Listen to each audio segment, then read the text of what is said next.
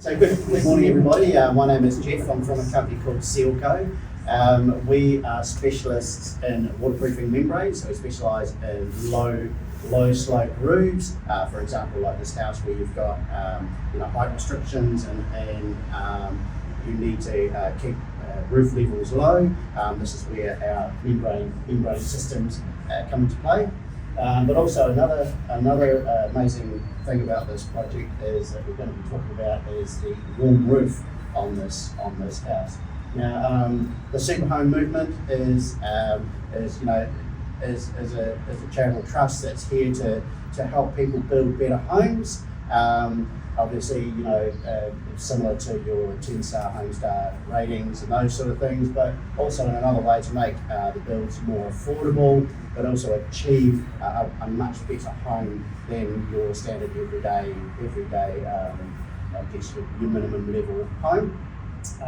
And one of the products that we work with is the Sealco warm roof in the flat roof systems, which gives huge advantages over your standard roofing systems.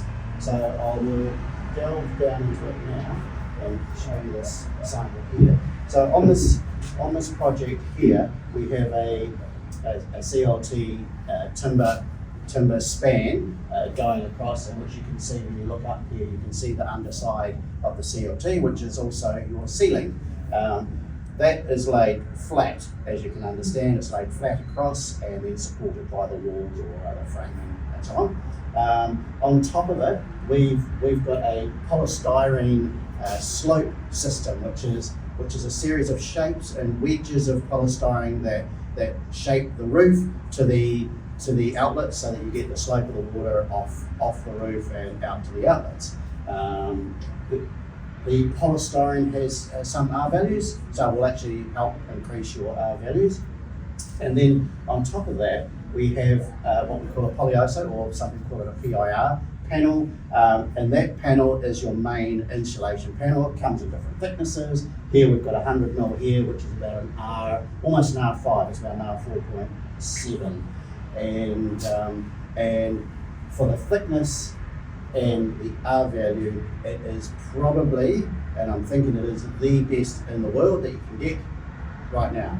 There's nothing for the thickness and R value that will be better at the moment, which means that these panels will help reduce your roof heights, so you can fit within your height recessions, and of course having the CLT underneath, it keeps everything in a really tight area.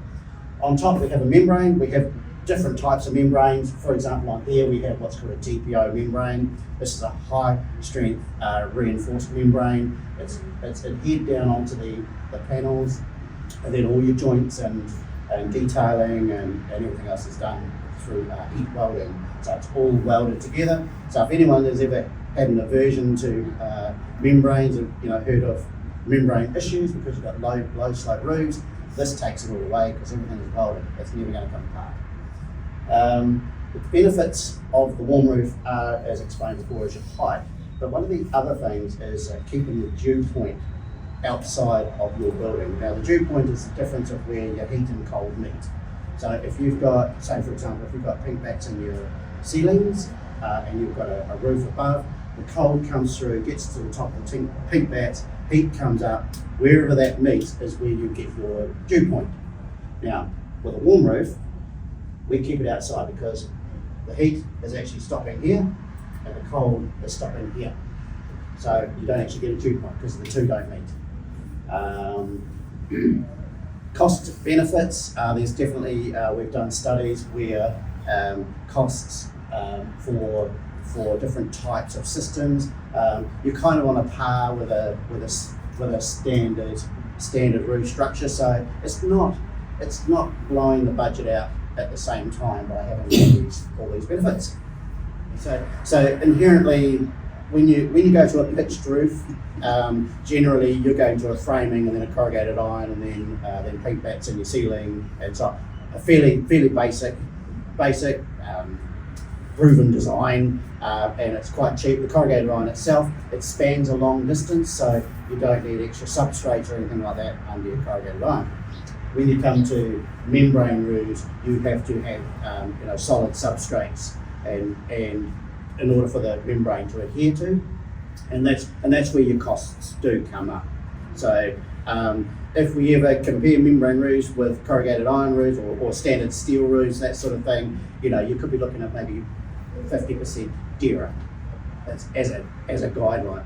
But it's where membrane roofs come into play is when you need a low pitch. So corrugated iron, they go down to 7 degrees. Tray roofing goes down to 3 degrees, which is still a relatively flat pitch. But I sort of say to people, if your tray roof goes to 3 degrees, you don't really want to push it to its limit all the time because water can get up and inside.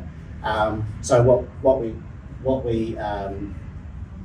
promote the membrane roofs are predominantly for those low pitches, very low pitches, or really weird shapes. So if you've got a roof that's got lots of angles and things like that, where potentially if you had a metal roof and it's got to have lots of flashings or soaker flashings, under flashings, and so on, the membrane is something that's just going to be formed over and basically made a skin out of the material. Yeah.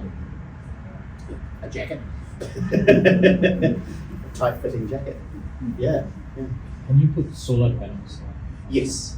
Yeah. So there's various ways of mounting solar panels on here. But was it yours talking before about the wind uplift? No, someone else mentioned solar panels. The only downside is we have a system that we have to put inside here to stop the membrane from being torn off because of the wind uplift from the solar panel. It's not a big deal, but it can be done. It's pretty straightforward.